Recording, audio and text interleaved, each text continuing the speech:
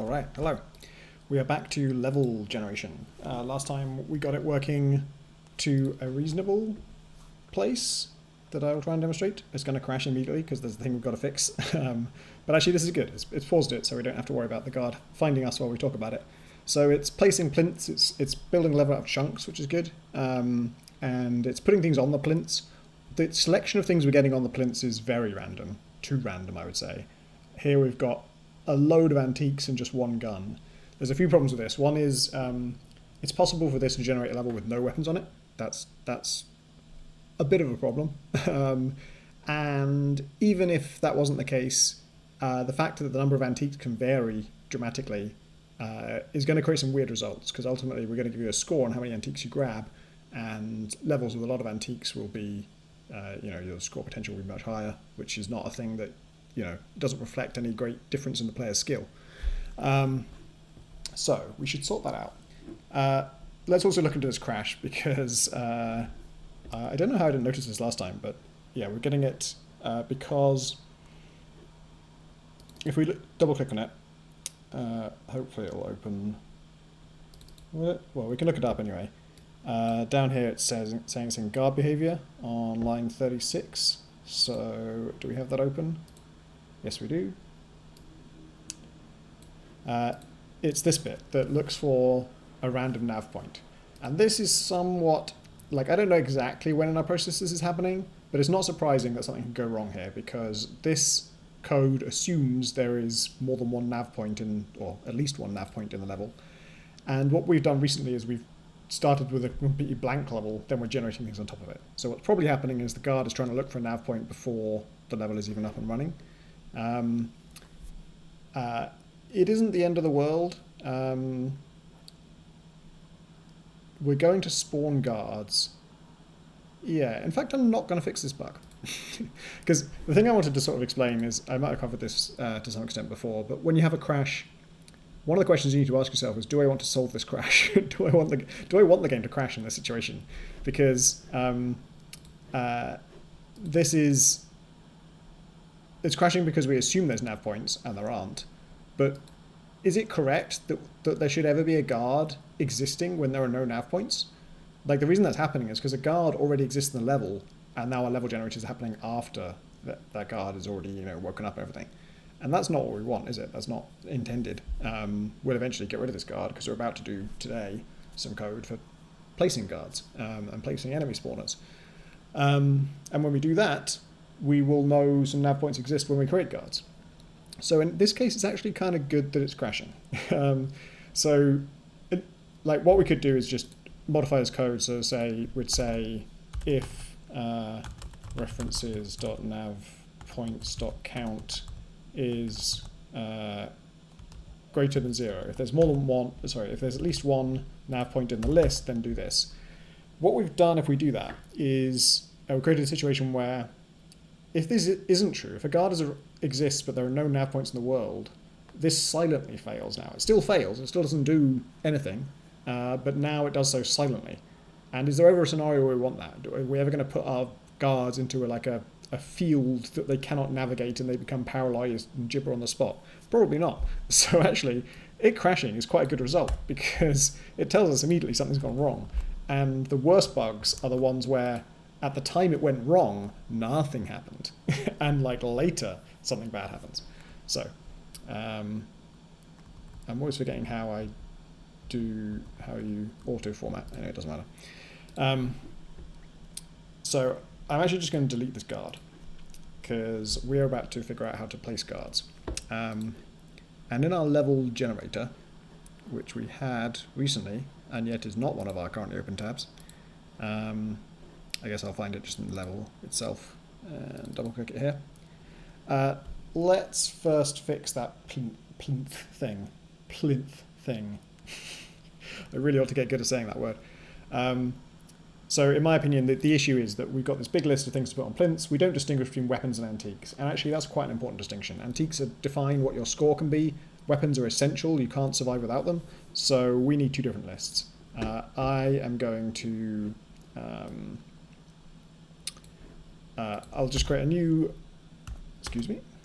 public game object, antique prefab.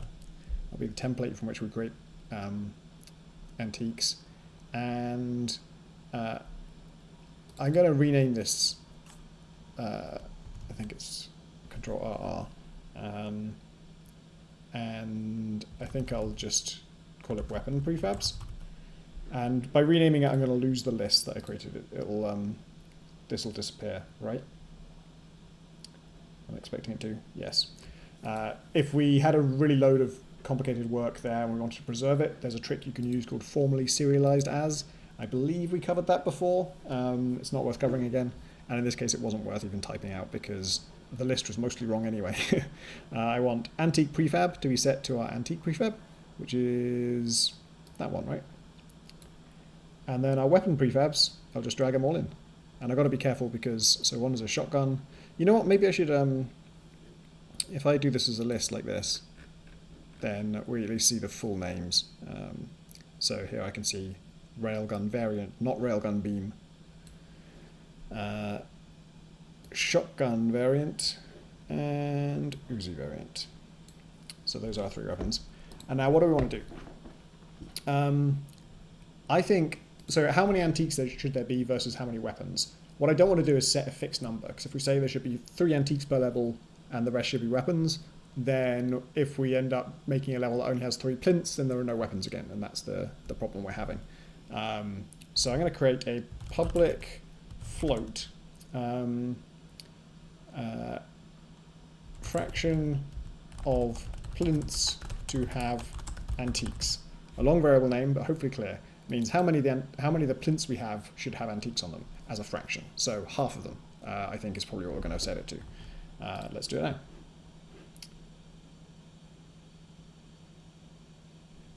Somewhere over here, yeah, 0.5. So half the plinths will have antiques, half the plinths will have weapons. I want to make that a public variable because we might want to change it later. We might decide we want more antiques or more weapons.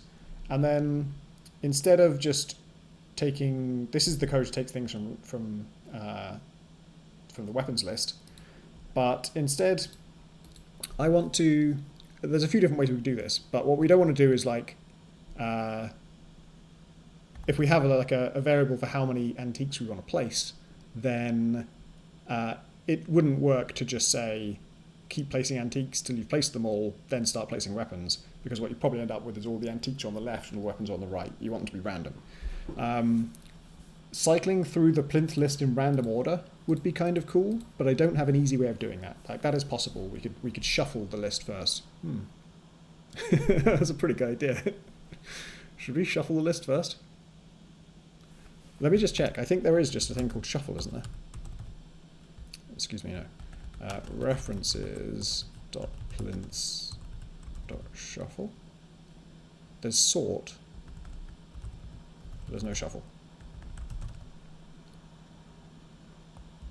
What does sort let you do? Can you... I know there's 3 overloads, I just want to see what they are. Okay, no. I don't see a way to shuffle the list easily. So the other way of doing it, I think, is useful to know anyway. So what I want to do is say,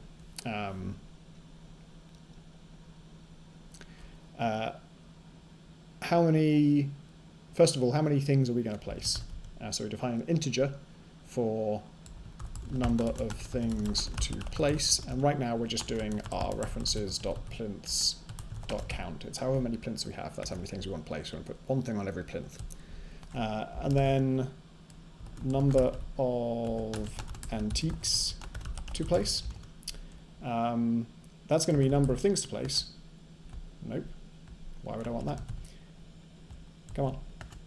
Things placed divided by, oh sorry, no, not divided by 2. Multiplied by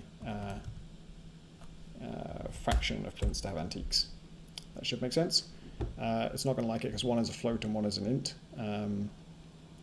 Shall I...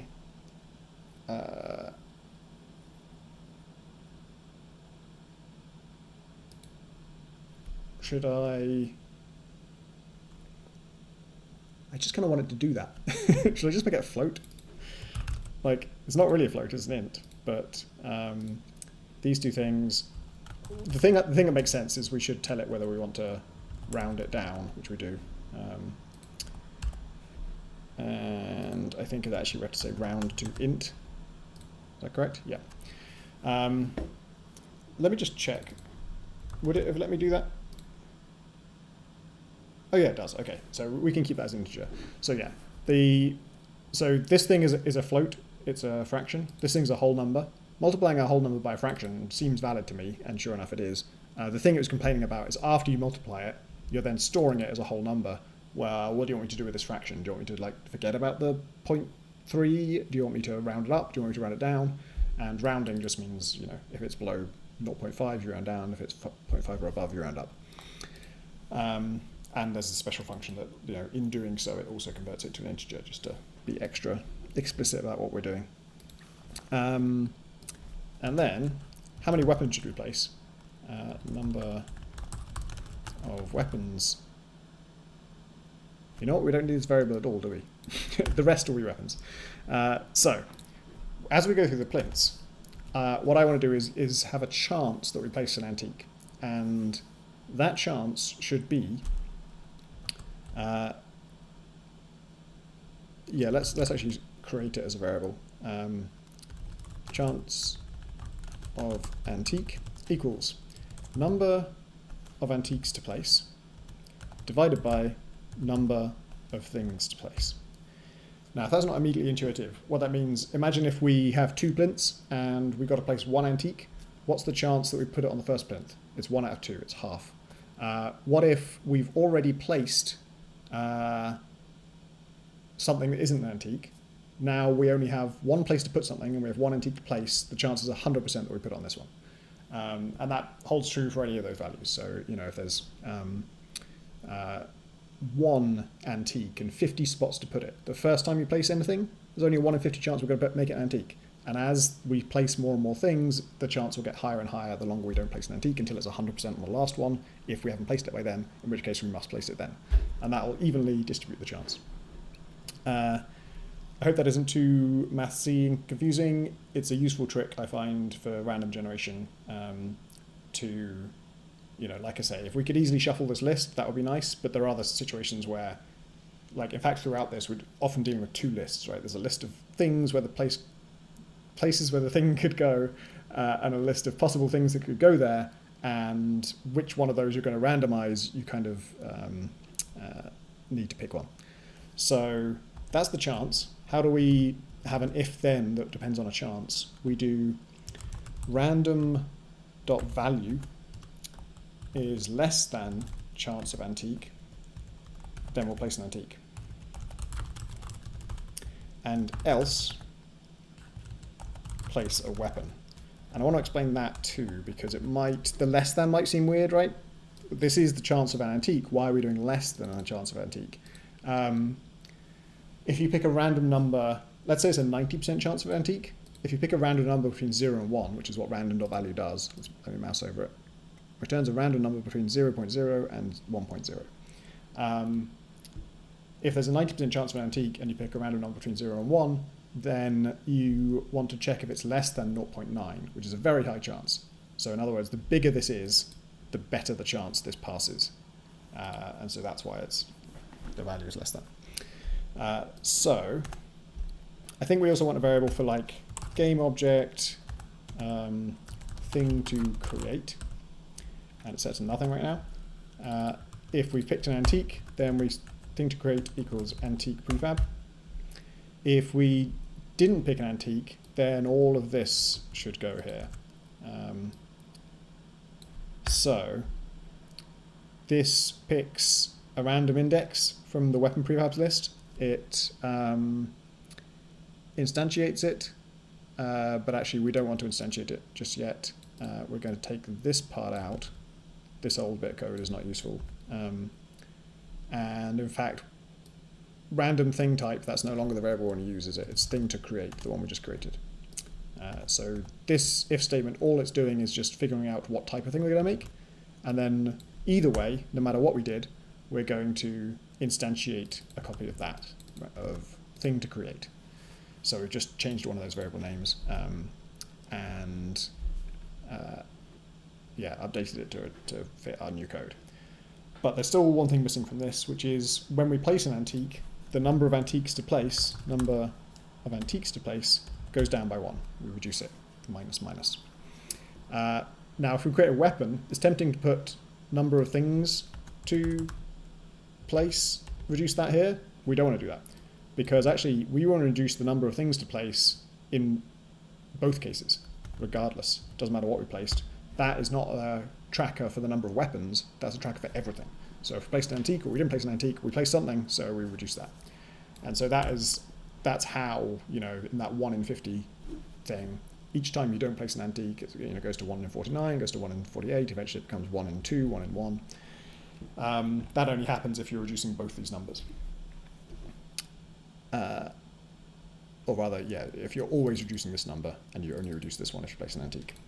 If we had more than 2 kinds of things, we might want to have a separate variable for tracking how many weapons we've placed, and then the third thing would be the else case. But this ought to work, I believe.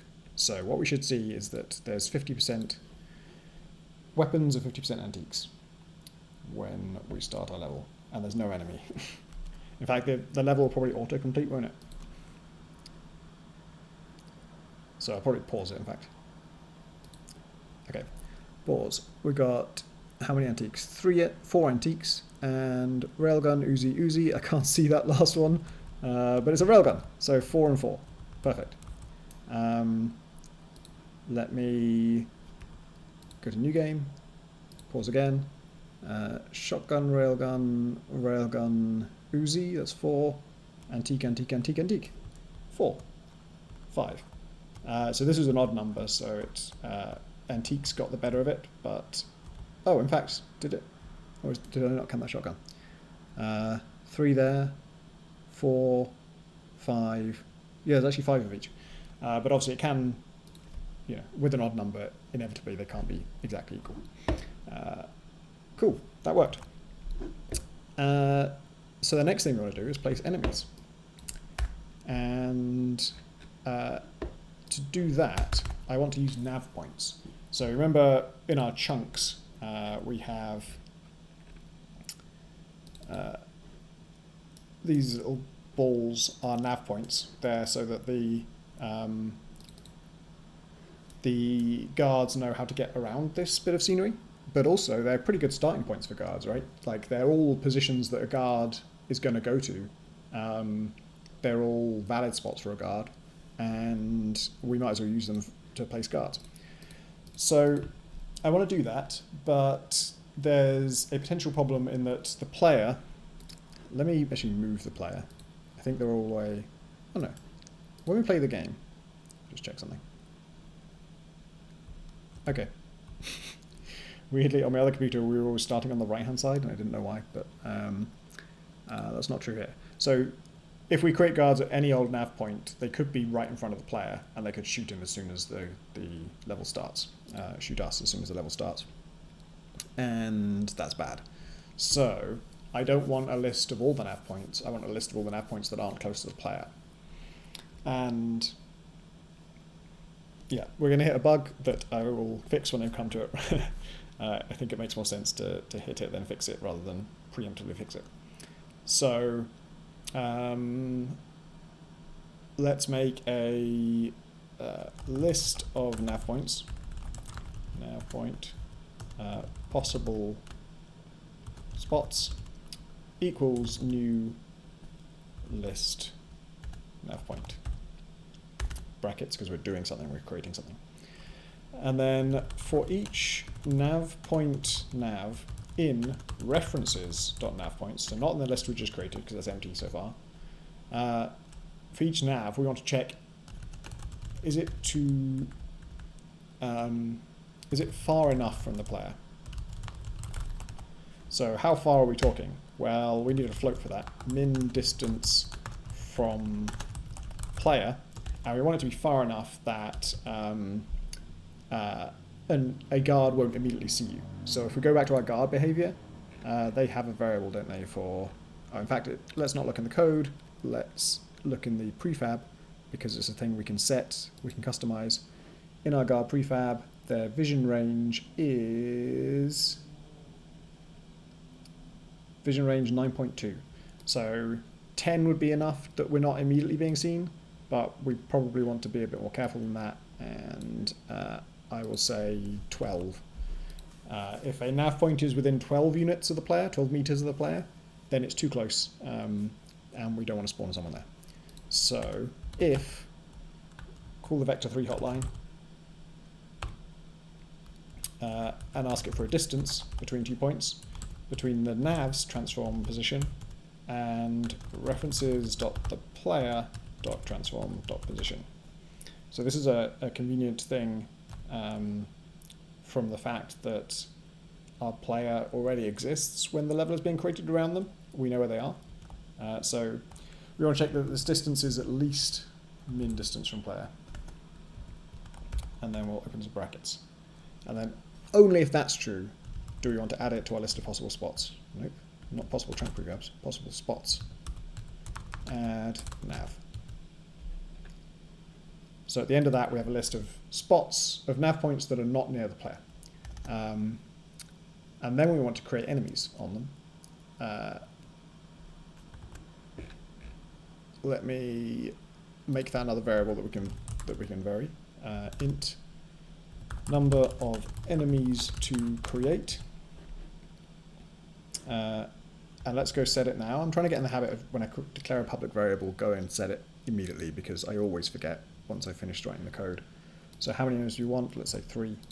I've used the wrong name. Let's call it number of guards to create because there's a different, we have multiple different kinds of enemy. And the one we're talking about is guards. Okay, so that many times we want to create a guard on a random nav point. So this time we're going to just count through that number.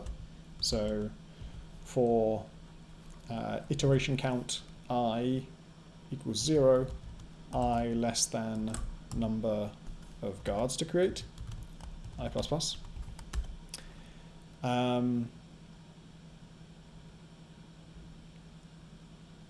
We want to find a random spot in the nav list, the possible spots. Random index equals random.range from 0 to possible spots spots.count. That's a random number. That's the index of a random element in that list. It's between 0, can't be as high as the count. I apologize for the police. And once we've found that, we want to instantiate. Do we have a reference to the guard prefab yet? No. So public game object guard prefab. One reason not to immediately set these is that sometimes you're halfway through writing a line of code, and if the code you've written doesn't compile, if it's not valid, then it won't let you update things here. But luckily I fixed that, and now I can drag the guard prefab into this slot before we do anything else. And we want to instantiate that guard prefab. So guard prefab at the position of possible spots. The index is going to be the random index we just found, and we want that thing's transform position. And it also wants to know which way it should be facing. So we'll just say quaternion.identity, which is nonsense speak for facing north, basically, or facing forwards. I don't even know what direction it is. A direction we don't care about, because they're going to turn around as soon as they start. So if you want to be fancy, I guess we could force them to face away from the player just to minimize the chance, to maximize the time the player has to react to it, but it's not worth doing that unless that actually becomes a problem. So however many guards we want to create, each time we're going to find a random index in the possible spots list. We're going to put a guard there, and then I think we should also remove, so this line of code is a bit unwieldy anyway. Let's define a nav point, which is going to be this. And the reason that's convenient is that A, it makes this line a bit more readable, but also now what we want to do is remove that from the list. We want possible spots.remove spot to spawn at. So this is all good. That means the reason I want to remove it is you don't want to ever spawn two guards in the same spot, do you? They'd be overlapping. And obviously it introduces a possibility that we could run out of spots because we're removing them each time. If there's not enough spots and we want to create a lot of guards, right now this would crash. And now this is a case, I say every time this happens, you want to ask yourself, do you want the crash? I don't think we do want the crash here. If you ask for 20 guards and I only have 15 nav spots, that's not like a, oh my god, this game makes no sense, it cannot proceed situation. It's let's do the best we can. Let's put a guard in every possible spot that can be a guard, and we've tried. So it's a matter of opinion, whether you consider that kind of error under the hood to be a fatal one that you should freeze the game on. I think it's more convenient for our purposes to just allow that, and if you're trying to put in more guards than we can fit, we do as many as we can and we stop there, we don't crash the game. So what that means is all of this should be let's do something easier. If possible spots.count is equal to 0, if there aren't any left, we can write the word break. This is a useful thing. So one thing I could have done is said, if the count is greater than 0, then do all of this. And otherwise, if it's not, do nothing. But it's useful to know that when you're in a loop, you can just write the word break to get out of it. So if we ever find that there are no spots left, don't bother with the rest of the iterations. If we're supposed to be doing 1,000 of these things, and after 5 we run out of spots, we should just give up. Get out of the loop. This is not happening. Let's go home. Whereas if I put it all in one big if statement, it would keep going through the loop again and again, just doing nothing on all the rest of the iterations, which is not at all a problem for performance because it would be doing nothing many, many times, which is very, very fast. It just sort of makes more semantic sense to say, look, if we ever hit this condition, give up completely. You're done with the loop. So that should work, except for the bug that I know we're going to encounter. We're asking for 3 guards, the prefab is already set up, and when I run, it's going to find it doesn't have a reference to the player, I think. Yes. Null reference, and the null reference is when we're trying to check the distance of the player. That is because of a thing that's been wrong for a long time, which I did not know about, but I discovered when I was practicing this episode. Our player sets the reference to itself in start. That's bad, isn't it? Do you remember our rule of thumb is that references should be established in awake, and then in start you can rely on references existing because everything's awake runs before everything else is start. So it doesn't matter what order, whether you run before I do, you run your awake, I run my awake, but then you run your start and I run my start, and both of us can assume awake has already run. And so that means awake is the best place to put references. Start is a place where you can rely on references existing. This whole level generation is in start, which is correct. That's what we should be doing. It's really like start is for doing stuff, like create things, move things around. And awake is just acknowledging, it's like roll call. Yeah, I'm here, I'm the player. And having that delineation, like always making sure your references are established before start is nice. It just makes things convenient. So that should fix that. We should have done that anyway. Can't even unplay, let alone play. Come on. All right.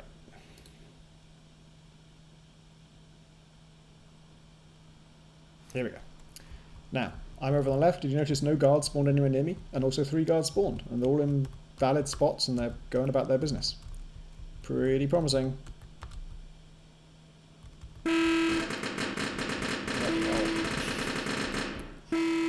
Okay. One thing I really want to do is turn that damn sound down. It's so loud. I know it's already on like 1/3 of volume. Where is it? Oh, it's on the UI, isn't it? That's the weird thing. Volume is 0.3. I think 0.1. It can't be quiet enough. And it looks like that's an override, so let's apply it to the prefab. Cool. So enemies are spawning. Now let's do spawners spawning. Right now we just have one spawner that's always in the level. I can't select it though. Have I selected canvas again? Okay, I selected canvas again. Several people in the comments told me ways to stop that happening. Supposedly there's an eye somewhere in here that you can make it hide it. I'm not seeing that. But the other way is there's this layers thing up here, and you can uncheck, you can hide the UI layer, and that'll stop canvas from interrupting me when I'm trying to click on stuff. So that's good. Good tip. So enemy spawners. Before I move them, I'm going to duplicate them and place them all over the place. My idea for spawners is kind of like with plinths. The idea with plinths was we were going to place them everywhere they possibly could be, then remove some of them. We haven't ended up removing any of them because actually the number we're getting is pretty good, I think. But for spawners we will. I'm going to place them all over the place, and then we'll delete the ones we don't need. Randomly delete some we don't need. But that means I'm going to duplicate a bunch. It turns out our current enemy spawner is a modified instance of the prefab. You can see these values are in bold. Only spawning 10 enemies is okay, but I would like them to spawn much, much faster, because it is actually quite boring when once you've defeated the guards and you're just waiting for these little swarmers to come out. It's kind of dull.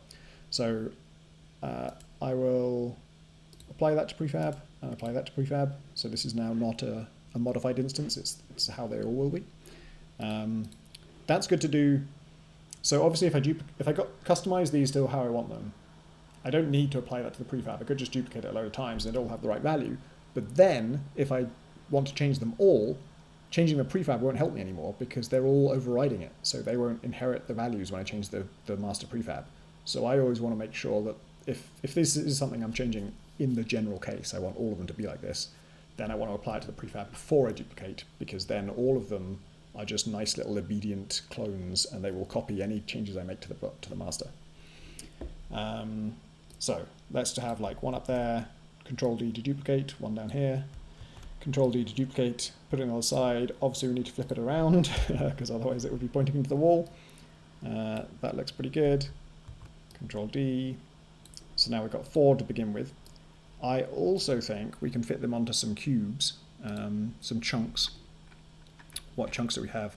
I feel like the middle one. It's got plinths on the other side. It could easily have spawners coming out of this bit. So if I just drag a spawner from our project folder, enemy spawner it's called,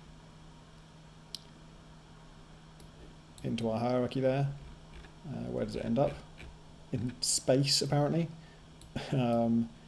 The red arrow is the one that the enemies are going to come out of for whatever reason. So if I rotate this by 90, that's wrong, but I can move over here, then it'll be right.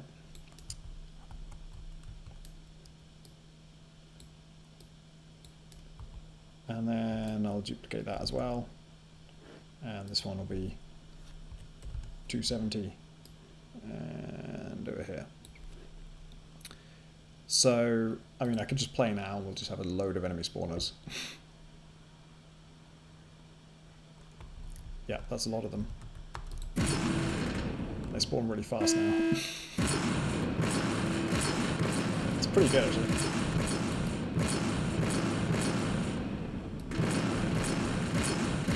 Like, eventually the hope is to have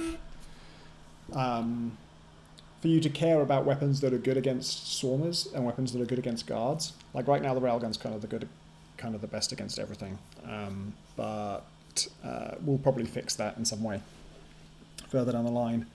So having a lot of spawners is quite good, but anyway, we do want at least the power to customize how many spawners we want, and we'll create a public int for it. Public int number of spawners to create. And I think I'm going to do a slightly different a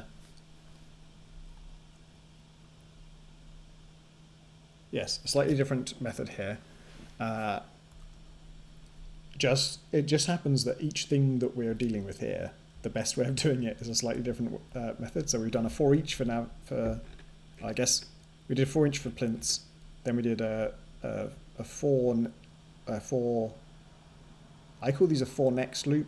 I don't know if that's outdated terminology, but Anyway, one with a fixed counter for this one. And for this one, I'd like to do, just because it's slightly easier to write, I would like to say while the references dot spawners dot count is greater than number of spawners to create. While that is true, let us find a random index of the spawners list, and then destroy references.spawners random index dot game object. So yeah, a while loop is hopefully pretty self-explanatory. While this condition is true, it will continue to do this. So first it checks that. If that's true, it does this. Then it goes back to the start and checks it again. Is that true? Then do this.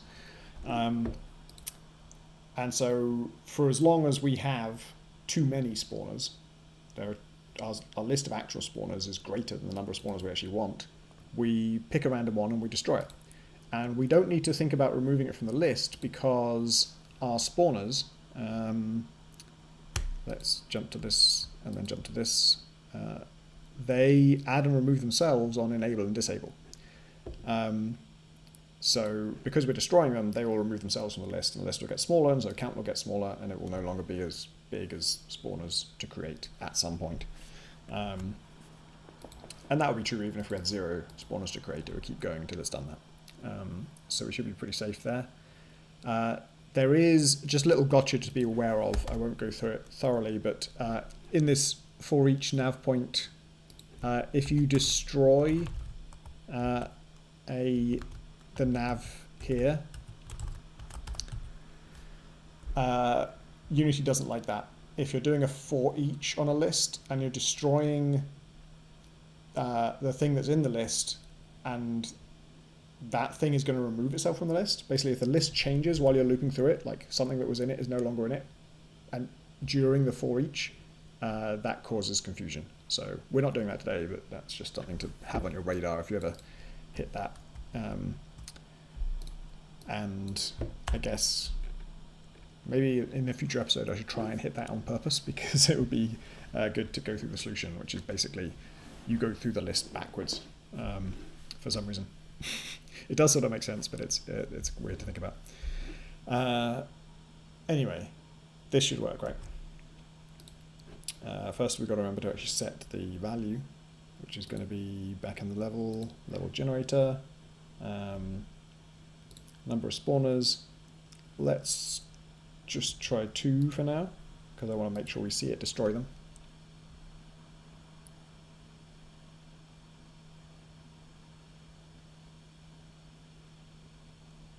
Yeah, there's only 2, and they're in random spots. Let me start a new game, just check. Yep. It took me a while to see that one. Awesome.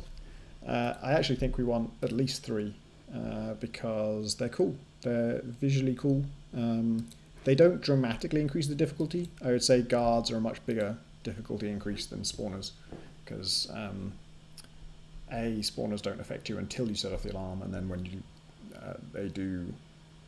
once they do show up, they're fairly unthreatening, and they also, like, there's a sort of not diminishing returns. What's the opposite of diminishing returns? Increasing returns. Killing large mobs of them is easy. You have a lot of inaccurate weapons that hit a lot of things at once. Okay, I wish I'd started a timer because I don't really know how far in we are, but that is good for our level generator. A couple of other things I want to do. Let's go through our list. So we've got enemies and spawners. We don't have configs yet, so we'll do that soon. Enemy spawner lights and alarm sound. Stop when 1. Oh, I certainly added it to the credits. Oh, I tried to wipe something off my screen and I forgot it was a touchscreen. So I think maybe we should do this, locking off the plinths.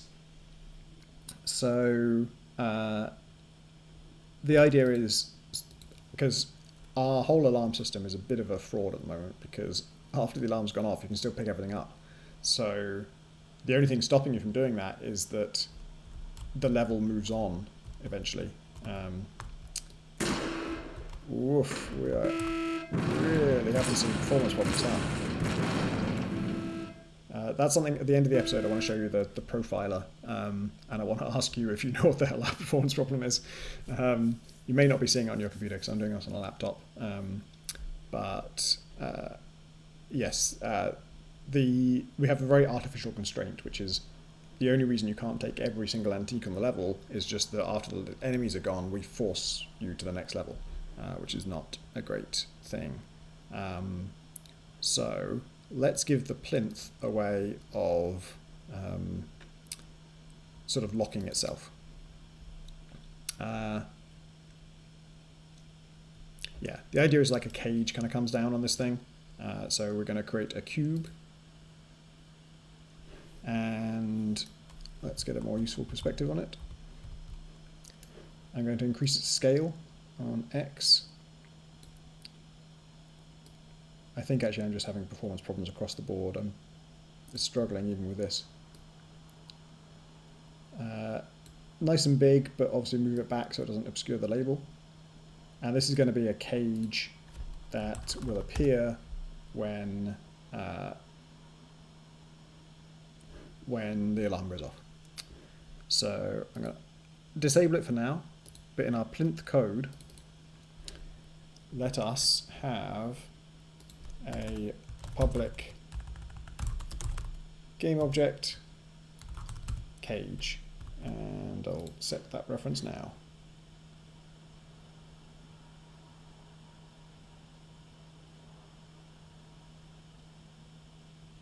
Any minute now.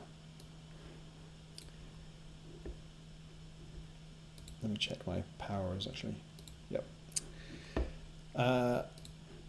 And first thing we'll do is on update, let's be checking whether references.alarm-manager.alarm has sounded.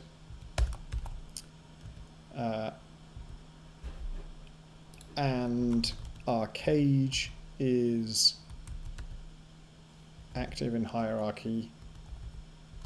So our cage has not yet been activated, but the alarm has been sounded.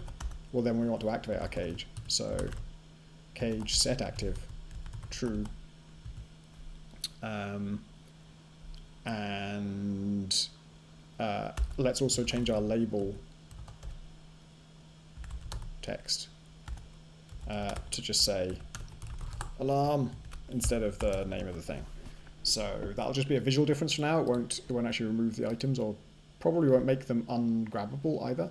Oh, also, while I think of it, the cage. Oh boy.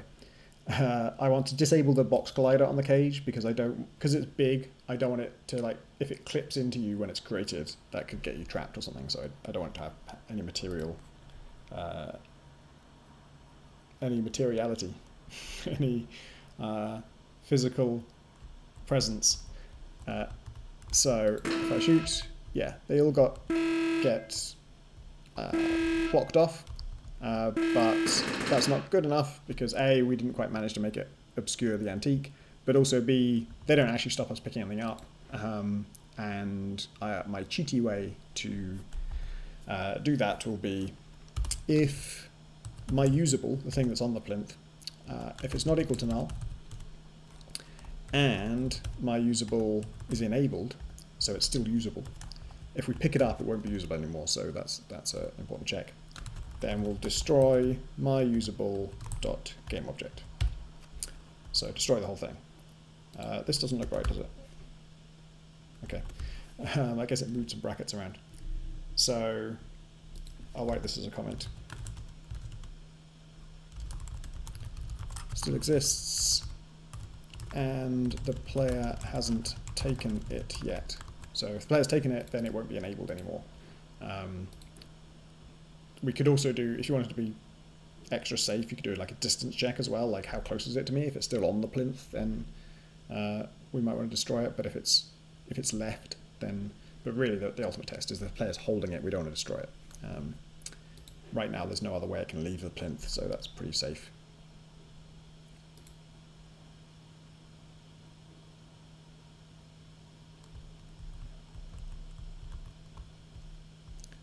So this railgun... Yep, I believe I did try and pick that up and it didn't work.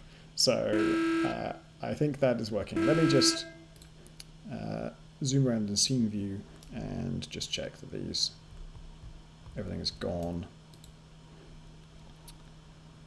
Yeah, there's no item there. Cool. All right, so that is working now. I was thinking that we might want a grace period where we can do that. That's a very quick amount of work. So if we were to have I think just a public float, seconds to lock, and I'm not going to set it here, then in fact this could be quite good, because instead of checking whether the cage is active, we'd check if seconds to lock is greater than 0. And the alarm is sounded, then seconds to lock reduced by time.delta time, and then if seconds to lock is less than or equal to 0, then we do all this locking stuff. Is that it? Is it that simple? So there's a timer. If the timer is greater than 0 and the alarm has gone off, we reduce the timer. If reducing it brought it down to 0, then we do all this stuff. And next time we won't do this because it won't be greater than 0.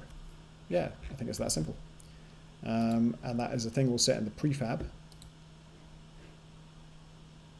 Seconds to lock. Should we give it 3? I've made the level a bit hard, so I'm actually going to, in this, I'm going to say number of guards 2, just so that I've got a bit more breathing room to mess around and test things.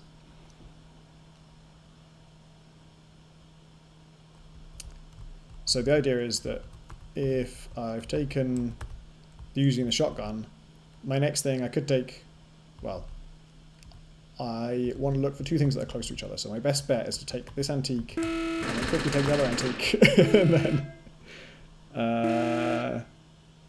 it's not working there, is it? Oh, the game's paused. Can I resume? Yes. There we go. Okay. I swear to God, that is still too loud. How is that still too loud? That is wild.